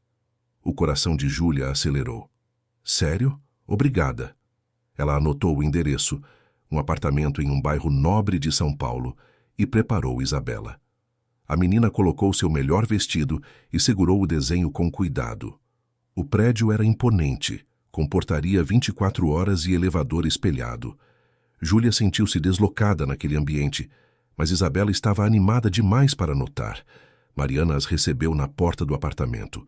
O lugar era enorme, decorado com móveis de madeira escura e quadros nas paredes. Mas tinha algo de solitário naquele espaço. Ele está na sala. Pode entrar. Júlia segurou a mão de Isabela e entraram. Ricardo estava sentado em uma cadeira de rodas perto da janela, olhando para a cidade. Ao ouvi-las, virou-se. Júlia sentiu um choque ao vê-lo. Ele emagrecera, tinha olheiras profundas, a barba por fazer. A postura sempre ereta agora estava curvada. Júlia, Isabela. Ele tentou sorrir, mas o sorriso não chegou aos olhos. Oi, moço da boneca. Isabela soltou a mão da mãe e correu até ele, estendendo o desenho. Eu fiz isso para você ficar melhor. Ricardo pegou o papel com cuidado. Era um desenho de uma pessoa em pé com os braços abertos, cercada de flores coloridas. No topo, escrito com letras tortas. Melhoras. Está lindo. Obrigado, Isabela. Sua voz saiu rouca. A menina sorriu e foi explorar a sala, tocando nos objetos com curiosidade infantil. Júlia aproximou-se. Como você está? Sobrevivendo? Ricardo colocou o desenho no colo. Os médicos dizem que vou voltar a andar, mas vai demorar. Meses, talvez 1 ano. 1 ano passa rápido. Ele riu sem humor. Para quem está esperando, não. Júlia sentou-se no sofá ao lado. Posso perguntar uma coisa? Claro. Você tem alguém cuidando de você? Família? Amigos? Ricardo olhou para a janela. Tenho uma enfermeira que vem 3 vezes por semana. Uma cozinheira que deixa a comida pronta. Mariana passa aqui para resolver questões do trabalho. Mas família... Não, meus pais já faleceram. Não tenho irmãos. E meu casamento acabou há anos. A solidão naquelas palavras era palpável. Júlia conhecia aquela sensação de estar cercado de coisas, mas vazio de pessoas. Eu poderia ajudar. As palavras saíram antes que ela pensasse. Não com coisas médicas, mas, sei lá, fazer companhia, preparar uma refeição, ajudar com o que precisar. Ricardo a olhou surpreso. Júlia, você já trabalha o dia todo. Tem uma filha para cuidar. Não precisa se sobrecarregar. Não é sobrecarga, é retribuição. Júlia sustentou o olhar dele. Você me ajudou quando eu não tinha nada, quando eu estava sozinha e desesperada. Deixa eu te ajudar agora. Por um longo momento, Ricardo não disse nada. Apenas olhou para ela e Júlia viu algo se quebrar em seus olhos. A armadura do homem bem-sucedido, sempre no controle, rachou. Eu aceito. E assim começou uma nova fase na relação entre eles. Júlia passou a visitar Ricardo 3 vezes por semana depois do trabalho. Levava a Isabela junto e a menina iluminava o apartamento com sua presença. Ela conversava sem parar, mostrava desenhos, contava histórias da escola. Júlia cozinhava pratos simples, ajudava Ricardo a se mover pela casa quando a enfermeira não estava, lia para ele quando via que estava entediado. Aos poucos, ele começou a se abrir. Falou sobre o casamento que terminara porque ele priorizava demais o trabalho, sobre a solidão que escolhera como proteção depois do divórcio, sobre o medo de nunca mais voltar a andar, de perder tudo o que construíra. Júlia o ouvia sem julgar. Às vezes oferecia palavras de conforto. Outras vezes, apenas ficava ali, em silêncio. E isso era suficiente. Um dia, ao ajudá-lo a se mover para a cadeira de fisioterapia, Júlia notou a boneca. Lili estava em uma prateleira, ao lado de livros e porta-retratos. Você guardou ela? Ricardo sorriu. Guardei. Ela me lembra de algo importante. Do quê? Que às vezes a gente precisa de ajuda, e que aceitar ajuda não é fraqueza. Júlia sentiu os olhos marejarem. Você me ensinou a mesma coisa. A recuperação de Ricardo era lenta e dolorosa. Havia dias bons, em que ele conseguia ficar de pé com ajuda por alguns minutos. E havia dias ruins em que a dor era tanta que ele mal conseguia se mover. Júlia estava lá em ambos, nos dias bons, comemorando cada pequena vitória, nos dias ruins, oferecendo apoio silencioso. Mas enquanto cuidava de Ricardo, Júlia não percebia que sua própria vida estava prestes a desmoronar novamente. Na empresa, os sócios começaram a implementar mudanças. Queriam reduzir custos, aumentar produtividade. Falava-se em demissões, em cortes de benefícios. Beatriz reuniu a equipe numa sexta-feira à tarde. Meninas, vocês sabem que o Sr. Ricardo está afastado. Os sócios estão reavaliando toda a estrutura da empresa. Haverá mudanças. Não sei ainda o que isso significa para nós, mas preparem-se. Júlia saiu do trabalho com um peso no peito. Seria demitida? Perder o emprego agora, depois de tudo, seria devastador. Naquela noite, ao visitar Ricardo, ela estava quieta demais. Ele percebeu. O que aconteceu? Júlia contou sobre a reunião, sobre as mudanças, sobre o medo de perder tudo. Ricardo franziu a testa. Não sabia que eles estavam planejando isso. Vou ligar para... Não. Júlia o interrompeu. Você precisa se recuperar. Não pode se estressar com isso agora. Mas é minha empresa. E você vai voltar para ela, mas primeiro precisa ficar bom. Júlia tocou a mão dele. Eu vou ficar bem. Sempre fico. Mas ela não tinha certeza disso.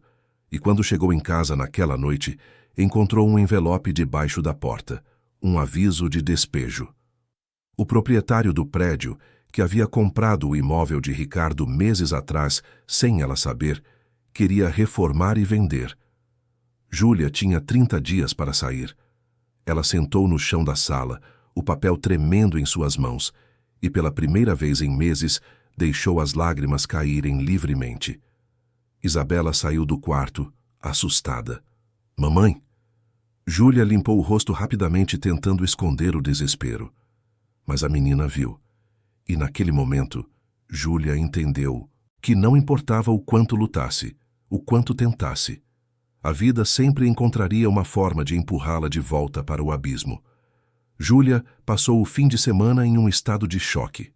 O aviso de despejo estava sobre a mesa da cozinha, um lembrete constante de que a estabilidade era apenas uma ilusão. Ela tentou esconder a situação de Isabela, mas a menina percebia que algo estava errado. Mamãe, a gente vai ter que sair daqui? Júlia forçou um sorriso. Talvez, meu amor. Mas vamos encontrar outro lugar legal. Pode ser uma casa amarela de novo? O coração de... Júlia se partiu. Pode sim. Mas ela sabia que não seria fácil. Com o salário que ganhava, mal conseguiria pagar outro aluguel nos valores que estavam pedindo. E se fosse demitida, como estava temendo, não teria como pagar aluguel algum. Na segunda-feira, ao chegar no trabalho, o clima estava pesado. Beatriz chamou todas as costureiras para uma reunião.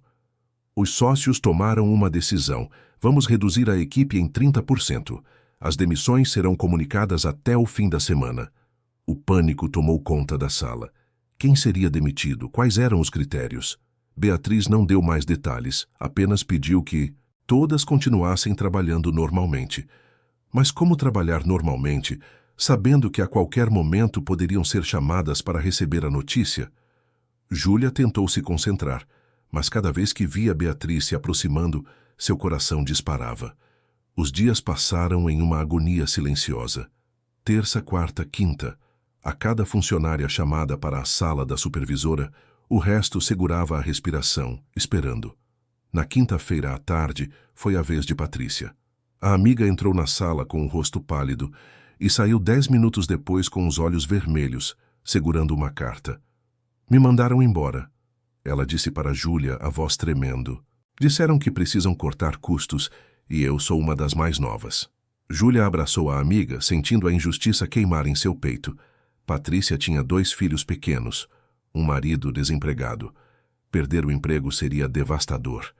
E se Patrícia, que era competente e dedicada, fora demitida, o que sobraria para Júlia? Na sexta-feira de manhã, Beatriz finalmente a chamou. Júlia entrou na sala com as pernas tremendo, sentou-se na cadeira, as mãos suadas. Júlia, você sabe por que está aqui? Sei. Beatriz suspirou. Os sócios decidiram que você faz parte do grupo que será desligado. Seu desempenho é bom, mas você ainda é uma das mais recentes. E com o Sr. Ricardo afastado, não há quem defenda sua permanência. As palavras caíram como pedras. Júlia sentiu o chão desaparecer sob seus pés. Quando? Fim do mês. Você receberá todas as verbas rescisórias, claro. E podemos fornecer uma carta de recomendação. Júlia assentiu mecanicamente. Não conseguia processar a informação.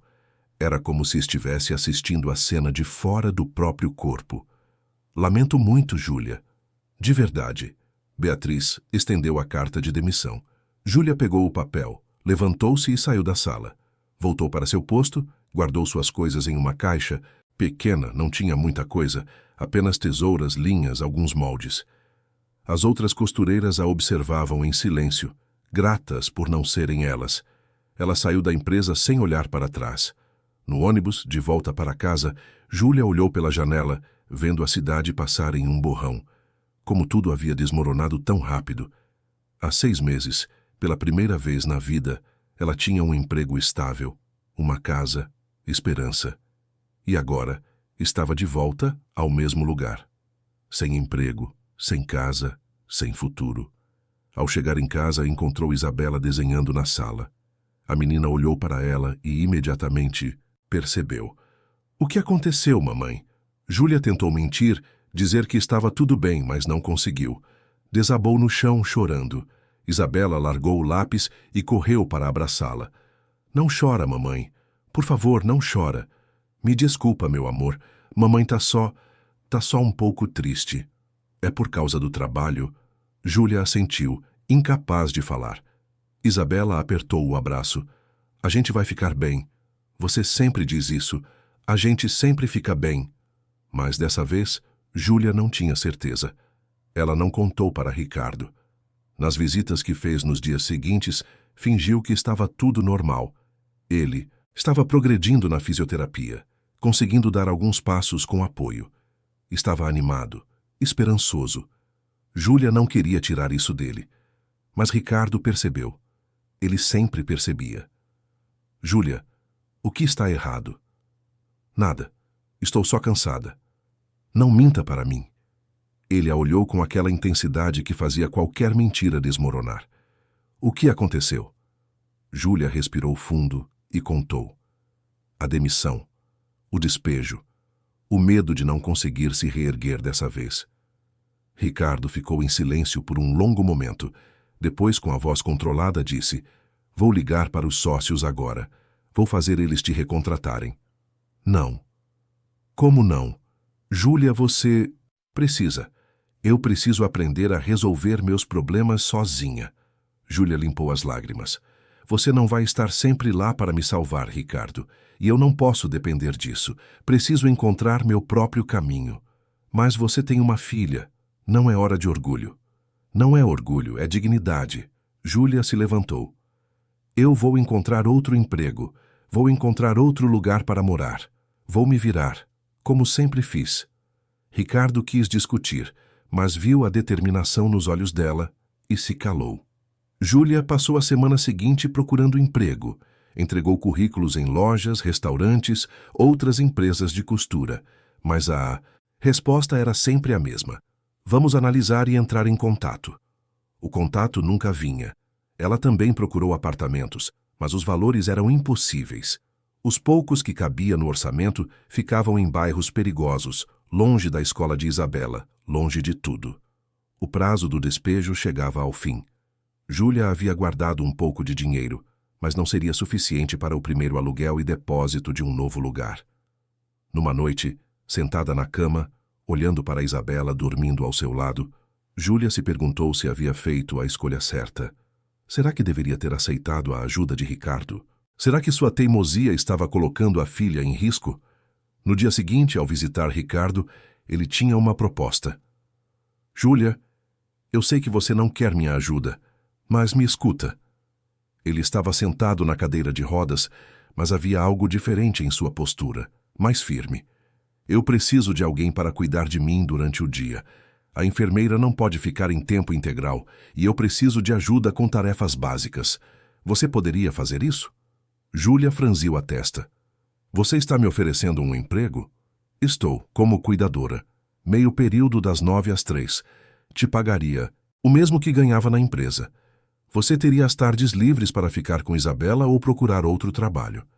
Ricardo, antes que recuse, pensa. Você precisa de dinheiro. Eu preciso de ajuda. Não é favor. É um acordo justo entre duas pessoas que confiam uma na outra. Júlia queria recusar. Queria provar que conseguia sozinha. Mas olhou para a realidade. O prazo do despejo terminava em uma semana. Não tinha outro emprego. Não tinha para onde ir. E a moradia? Ela perguntou a voz baixa. O apartamento aqui tem 2 quartos, um deles nunca uso. Você e Isabela podem ficar. Lá sem custo, considerando parte do salário se preferir pensar assim. Isso é demais, Ricardo. Não é. É justo. Ele se inclinou para a frente. Júlia, você já me ajudou. Nas últimas semanas, sua presença fez mais pela minha recuperação do que qualquer fisioterapia. Deixa eu retribuir. Não por pena, mas por amizade. A palavra pairou no ar. Amizade. Era isso que tinham? Júlia pensou em todos os momentos compartilhados, nas conversas, no cuidado mútuo. Sim, era amizade. E talvez algo mais profundo que ela não queria nomear. Eu aceito. As palavras saíram antes que pudesse reconsiderar. Mas com uma condição. Qual? Se em qualquer momento você sentir que isso não está funcionando, que eu estou sendo um incômodo, você me diz, sem meias palavras. Trato feito. Júlia estendeu a mão. Ricardo a apertou, e naquele toque, algo mudou entre eles. 3 dias depois, Júlia e Isabela se mudaram para o apartamento de Ricardo. A menina ficou maravilhada com o espaço, com a vista da janela, com o quarto que seria só delas. Mamãe, É o maior quarto que eu já tive. Júlia sorriu, apesar do nó no estômago. Estava entrando em território desconhecido, morando com um homem que mal conhecia, dependendo dele de uma forma que jurou nunca mais fazer. Mas quando viu Isabela rindo, pulando na cama nova, olhando pela janela para a cidade lá embaixo, sentiu que talvez, só talvez, tivesse tomado a decisão certa. Naquela primeira noite, depois de colocar Isabela para dormir, Júlia foi até a sala. Ricardo estava lá, olhando pela janela. Obrigada, ela disse simplesmente. Ele virou-se e à luz fraca da sala, seus olhos pareciam diferentes, mais suaves. Obrigada a você por aceitar. Ficaram em silêncio por um momento, um silêncio confortável, carregado de compreensão mútua. Sabe, Ricardo disse eventualmente, quando eu te conheci naquela manhã, achei que estava te ajudando, mas acho que quem precisava de ajuda era eu. Júlia não soube o que responder. Apenas assentiu, sentindo algo se acomodar em seu peito. A vida começou a se reorganizar. Júlia acordava cedo, preparava o café para os três, levava Isabela para a escola, voltava e cuidava de Ricardo. Ajudava com a fisioterapia em casa, preparava as refeições, fazia companhia. À tarde, buscava Isabela, ajudava com as lições, brincava com ela. Era uma rotina diferente, mas funcionava. E aos poucos aquele apartamento começou a parecer menos como o lugar onde ela trabalhava e mais como casa. Mas Júlia não se permitia pensar muito nisso, porque no fundo sabia que aquilo era temporário. Ricardo se recuperaria. Voltaria a andar, voltaria para a empresa. E quando isso acontecesse, não precisaria mais dela. E ela teria que recomeçar, de novo. O que Júlia não sabia era que o maior teste ainda estava por vir. Uma noite, 3 semanas depois da mudança, o telefone de Ricardo tocou. Era um dos sócios. Júlia ouviu apenas o lado da conversa dele, mas foi suficiente para entender. A empresa estava em crise. Um cliente importante cancelara um grande contrato. Os sócios queriam vender. Ricardo desligou o telefone com o rosto pálido. O que foi? Júlia perguntou. Ele olhou para ela, e naquele olhar havia algo que ela nunca vira antes. Medo. Eles querem vender a empresa, e se venderem, tudo o que construí nos últimos 27 anos vai desaparecer. A notícia sobre a venda da empresa deixou Ricardo em um estado que Júlia nunca o vira. Ele mal dormiu naquela noite, passando horas ao telefone com advogados, contadores, os próprios sócios. Júlia ouvia fragmentos das conversas tentando entender a dimensão do problema. A Mendes em Associados estava à beira do colapso financeiro. O grande cliente que cancelara o contrato representava 40% do faturamento. Sem aquela receita, a empresa não conseguiria honrar os compromissos. Os sócios, homens de quase 70 anos, queriam vender enquanto ainda havia valor. Mas Ricardo se recusava. Aquela empresa é minha vida. Ele disse para Júlia na manhã seguinte, com olheiras profundas. Meu pai começou aquela empresa. Eu a transformei no que é hoje. Não posso deixar que seja vendida e desmontada. O que você pode fazer? Preciso voltar. Assumir o controle novamente, encontrar novos clientes, reestruturar, salvar o que ainda pode ser salvo. Ele olhou para a cadeira de rodas com raiva. Mas como vou fazer isso preso nessa maldita cadeira? Você está progredindo. O fisioterapeuta disse que vou levar meses. Eu não tenho meses, Júlia. Tenho semanas, no máximo 1 mês, antes que os sócios assinem os papéis. A frustração em sua voz era palpável. Júlia sentou-se ao lado dele. Então a gente acelera. Você faz fisioterapia 2 vezes ao dia em vez de 1. Eu te ajudo com os exercícios. E enquanto isso, você trabalha daqui mesmo. Reuniões por vídeo, ligações, o que precisar. Ricardo a olhou com uma mistura de gratidão e desesperança. Mesmo que eu consiga voltar a andar, não sei se será suficiente. O estrago já está feito. Mas Júlia não aceitou a derrota. Nos dias seguintes, ela intensificou o apoio. Acordava mais cedo para fazer os exercícios de fisioterapia com ele. Ajudava a organizar documentos, fazer ligações, agendar reuniões. À tarde, quando buscava Isabela, voltava correndo para continuar ajudando. Ricardo trabalhava incansavelmente. Mesmo da cadeira de rodas, ligava para antigos clientes, negociava novos contratos, tentava reverter a situação. Júlia via o quanto aquilo o exauria, mas também via a determinação voltando aos seus olhos. Isabela, que sempre fora uma criança perceptiva, notou a tensão. Uma noite, ao jantar, ela perguntou: "O senhor Ricardo vai perder a empresa dele?" Ricardo olhou para a menina, surpreso pela franqueza. "Estou tentando evitar isso." "Você vai conseguir. Minha mãe diz que quando a gente não desiste, as coisas melhoram." Ele sorriu, mas era um sorriso cansado. "Sua mãe é muito sábia." "É sim. Ela é a pessoa mais forte que eu conheço." Júlia sentiu os olhos marejarem. Levantou-se rapidamente para buscar sobremesa, escondendo a emoção. 2 semanas depois, Ricardo recebeu uma notícia que mudou tudo. Um cliente internacional, uma rede de lojas de alta costura na Argentina, estava interessado em fechar um grande contrato, mas queriam reunião presencial, em Buenos Aires, dentro de 10 dias. "Não consigo viajar nesse estado", Ricardo disse, frustrado. "Não consigo ficar sentado em um avião por horas. Não consigo me apresentar em uma reunião importante numa cadeira de rodas." "Por que não?" Júlia perguntou. "Você está em uma cadeira de rodas, não em coma. Sua mente está funcionando perfeitamente. Sua capacidade de negociar também. Eles vão olhar para mim e ver fraqueza.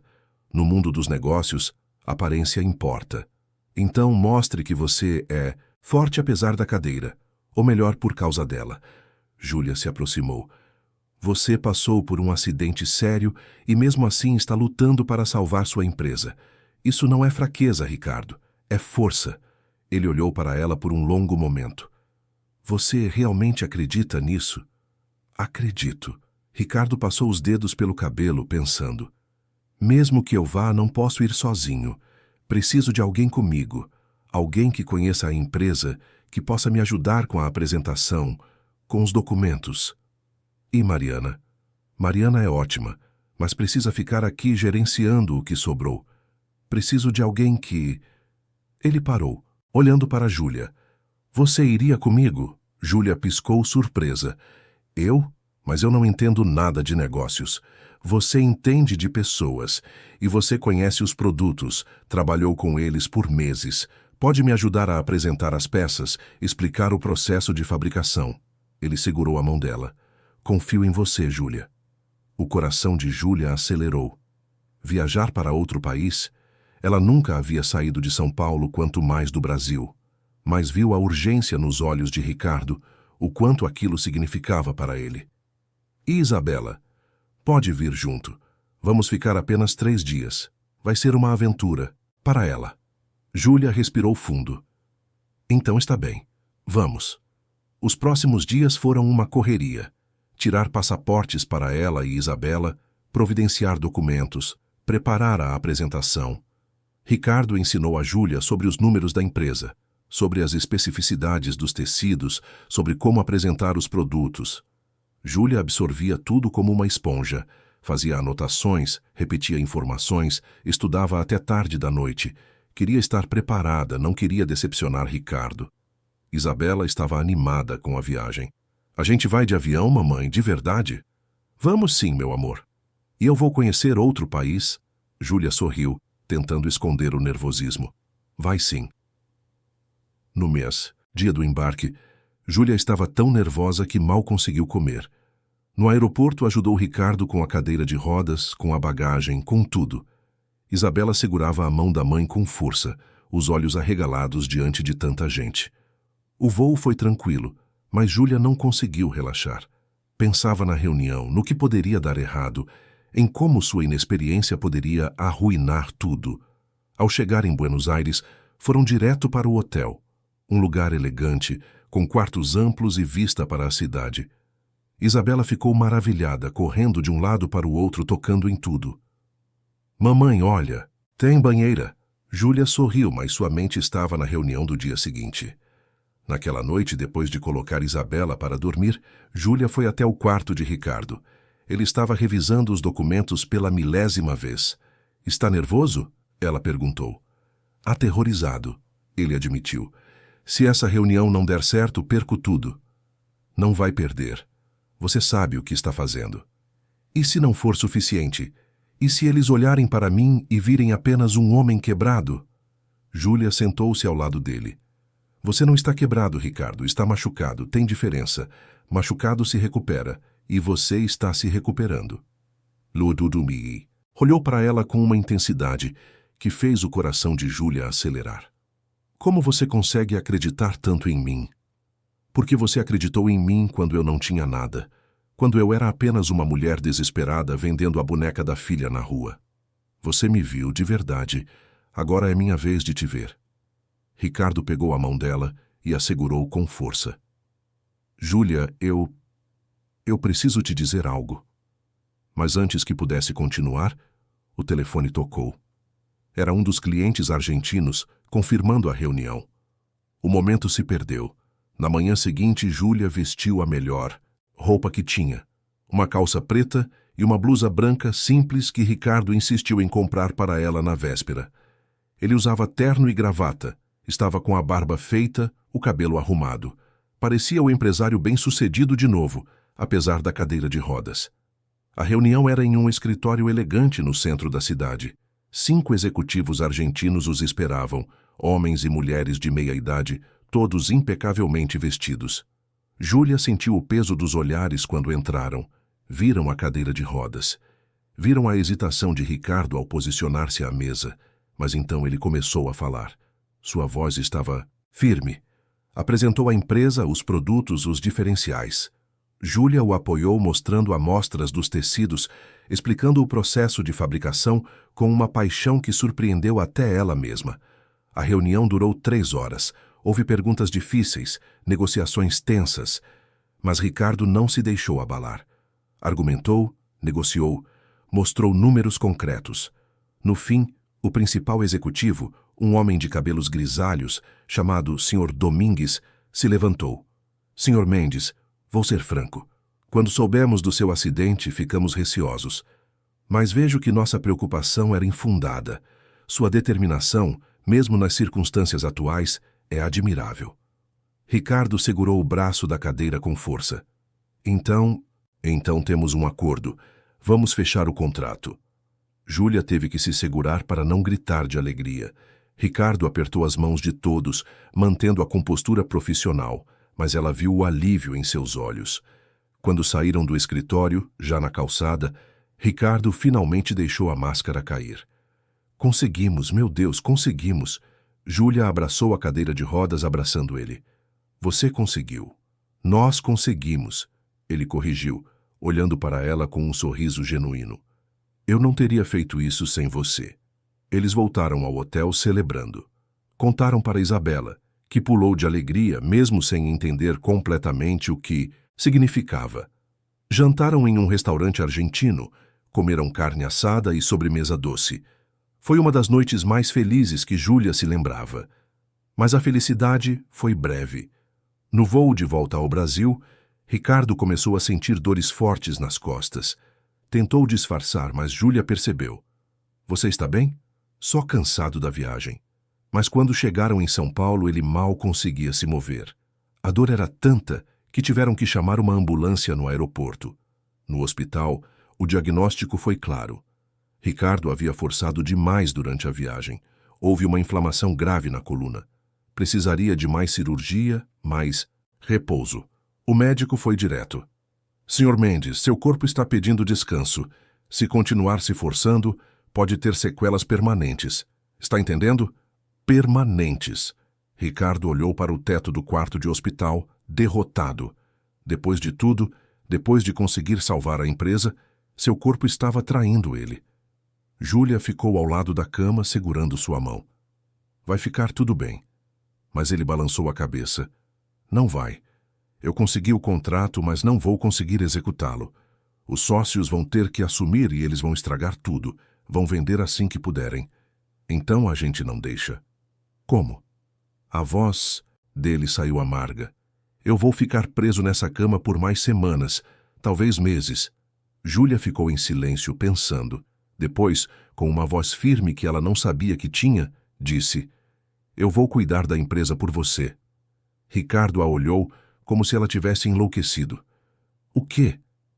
Você me ensinou tudo nas últimas semanas. Eu conheço os produtos, conheço os clientes.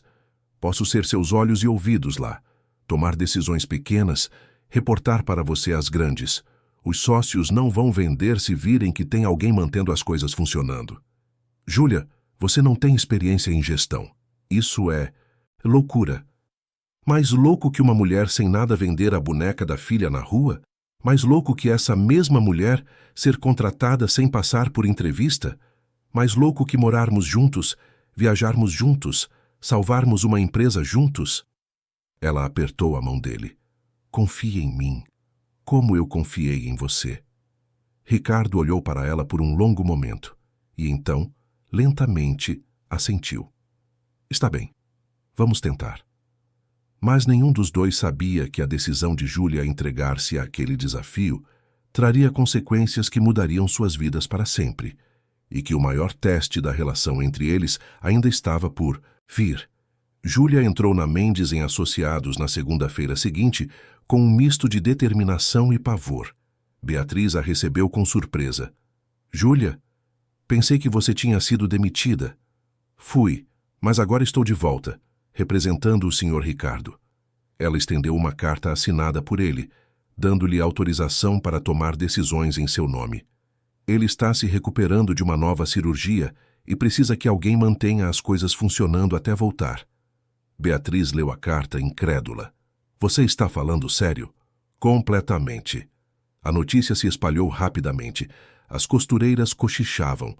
Os sócios convocaram uma reunião de emergência. Júlia os enfrentou com a mesma firmeza que vira Ricardo demonstrar. O Sr. Ricardo fechou um contrato importante com a Argentina. A empresa tem futuro. Ele só precisa de tempo para se recuperar. Os sócios, homens práticos e cansados, hesitaram. Mas o contrato argentino era real e representava uma salvação financeira. Concordaram em dar mais tempo, mas deixaram claro: se em 3 meses a situação não melhorasse, venderiam de qualquer forma. Os primeiros dias foram os mais difíceis da vida de Júlia. Ela não sabia nada sobre gestão, sobre números, sobre decisões empresariais. Ligava para Ricardo a cada hora, perguntando sobre tudo. Ele a orientava do hospital, paciente, confiante. Você consegue, Júlia. Só precisa acreditar. Mas não era só sobre acreditar. Era sobre enfrentar pessoas que a subestimavam, fornecedores que duvidavam dela, funcionários que questionavam cada decisão. Júlia ouvia os comentários nos corredores. É a antiga faxineira fazendo de gerente agora. Coitada. Acha que pode mandar só porque o chefe tem um caso com ela. As palavras doíam, mas Júlia engolia a mágoa e continuava. Trabalhava 12, 14 horas por dia. Estudava relatórios à noite depois que Isabela dormia. Acordava cedo para revisar pedidos antes de ir para a empresa. Beatriz, surpreendentemente, tornou-se uma aliada. Você é teimosa.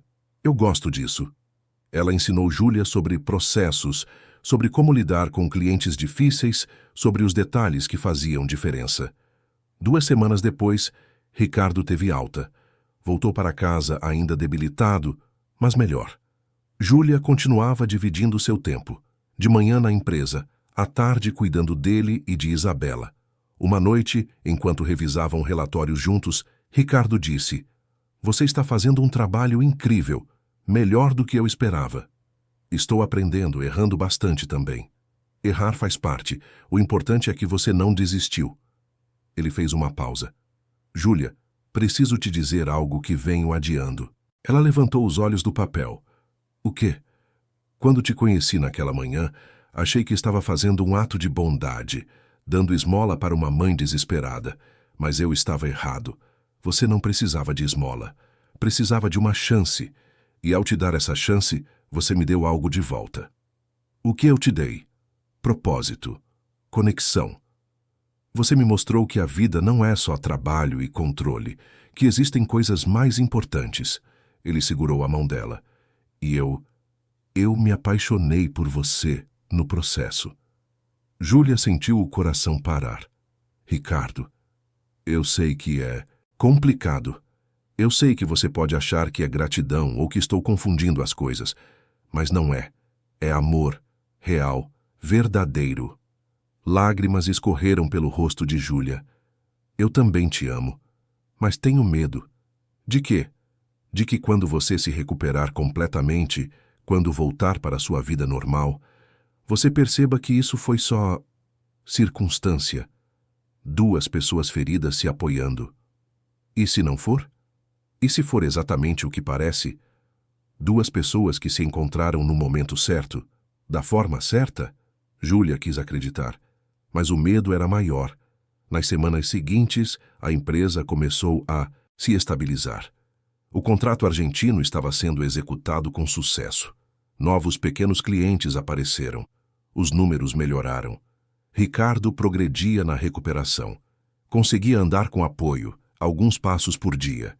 A fisioterapia mostrava resultados. Mas então, no meio de uma manhã aparentemente normal, tudo desmoronou. Júlia estava na empresa quando recebeu um telefonema de uma mulher. Alô, é a Júlia Fernandes? Sim, quem fala? Sou Clarissa Mendes, ex-esposa de Ricardo. O sangue de Júlia gelou. Como posso ajudar? Soube que você está morando com meu ex-marido e trabalhando para ele. Acho que precisamos conversar. Elas se encontraram em uma cafeteria elegante. Clarissa era uma mulher bonita, na casa dos 45, impecavelmente vestida. Olhou para Júlia com uma mistura de curiosidade e desdém. Então, você é a salvadora do Ricardo. Não me vejo assim. Ele te vê. Ligou para mim semana passada, pedindo os papéis finais do divórcio. Disse que queria refazer a vida. Clarissa tomou um gole de café. Achei curioso. Passamos 8 anos separados e ele nunca pediu isso. Aí aparece você, e de repente ele está com pressa. Júlia não sabia o que dizer. Eu não sabia que ele tinha ligado para você. Claro que não sabia. Ricardo sempre foi reservado. Mas vim aqui te dar um conselho. Não se iluda. Você foi conveniente. Uma mulher necessitada que ele pôde salvar, que o fez sentir importante. Quando a novidade passar, ele vai te descartar como descartou a mim. As palavras foram como facas. Júlia tentou manter a compostura. Acho que só Ricardo pode falar por ele mesmo. Pode ser, mas eu o conheço há 20 anos. Sei como ele funciona. Trabalho sempre vem primeiro. Pessoas são descartáveis. Clarissa se levantou. Só estou te avisando, para você não se machucar. Júlia voltou para a empresa abalada. As palavras de Clarissa ecoavam.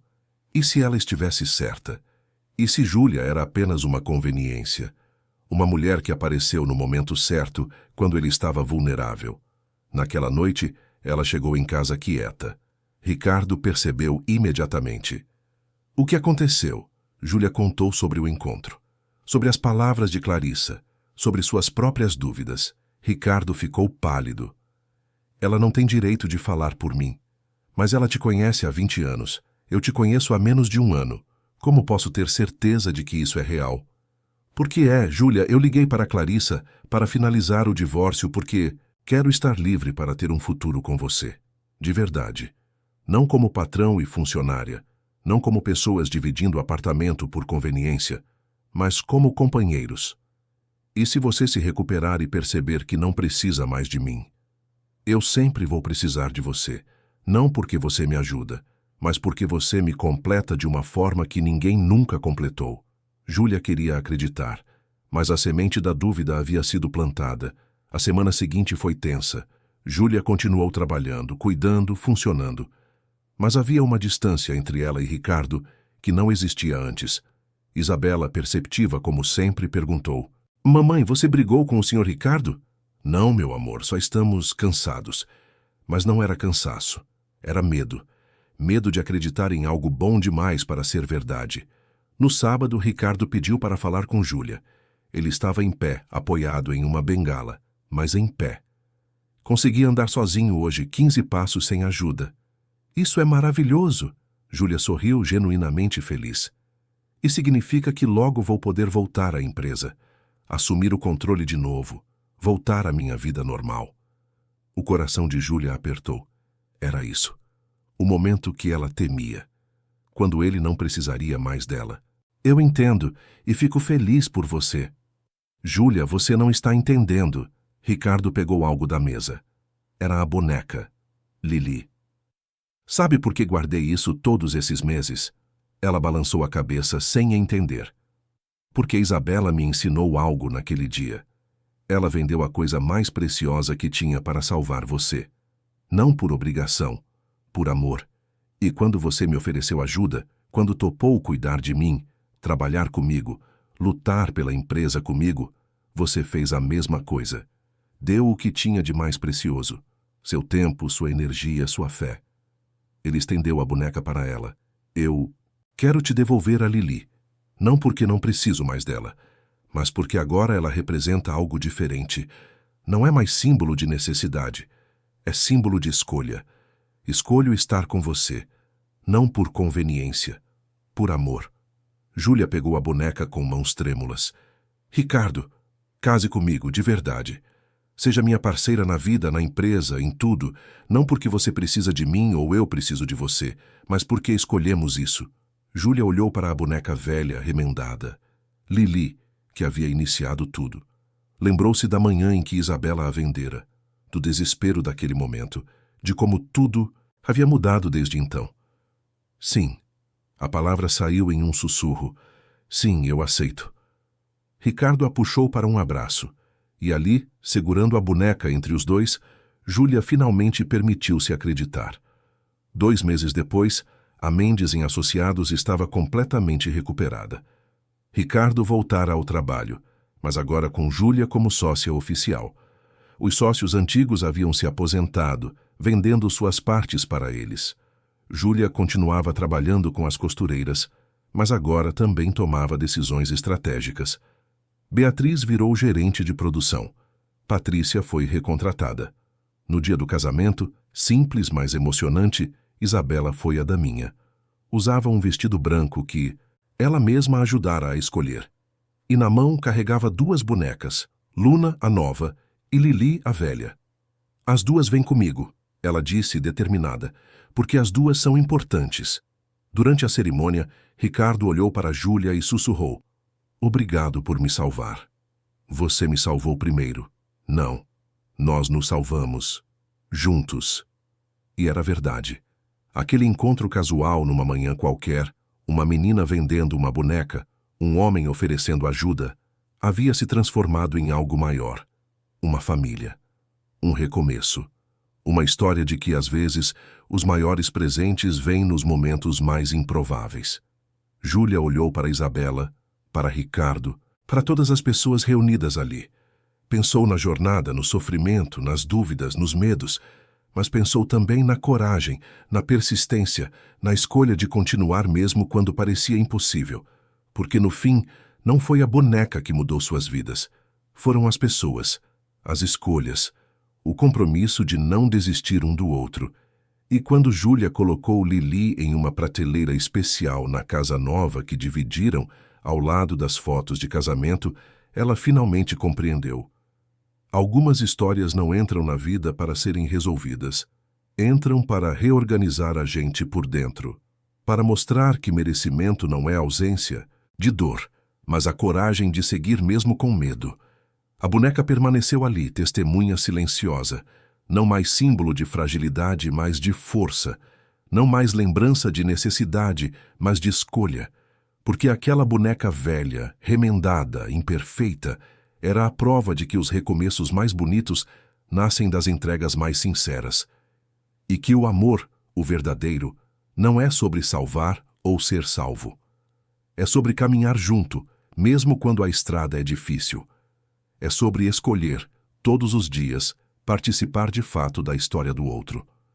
Júlia aprendeu que generosidade não é sobre oferecer o que sobra, mas sobre dividir a vida. Ricardo aprendeu que força não está em nunca cair, mas em aceitar ajuda para levantar. E Isabela, aquela menina que um dia vendeu sua boneca por amor, aprendeu que os gestos mais simples podem mudar destinos inteiros, porque algumas transformações não acontecem em grandes atos. acontecem em pequenas escolhas feitas com verdade. E a maior de todas foi a escolha de acreditar que, apesar de tudo, eles mereciam ser felizes. Juntos. Fim da história. Queridos ouvintes, esperamos que a história de Júlia, Ricardo e Isabela tenha tocado o seu coração. Se você se emocionou com a coragem de Júlia ao lutar pela filha e pela dignidade da família que construiu, deixe seu like, inscreva-se no canal e conte nos comentários o que mais te marcou nessa história. Todos os dias trazemos histórias intensas como essa, que revelam o lado mais profundo da alma humana, mostrando que a verdadeira riqueza está nos laços que construímos, na coragem de aceitar ajuda e na generosidade de retribuir quando é nossa vez de estender a mão. Te esperamos no próximo episódio, com mais uma narrativa que vai mexer com suas emoções e te fazer refletir sobre os valores que realmente importam na vida.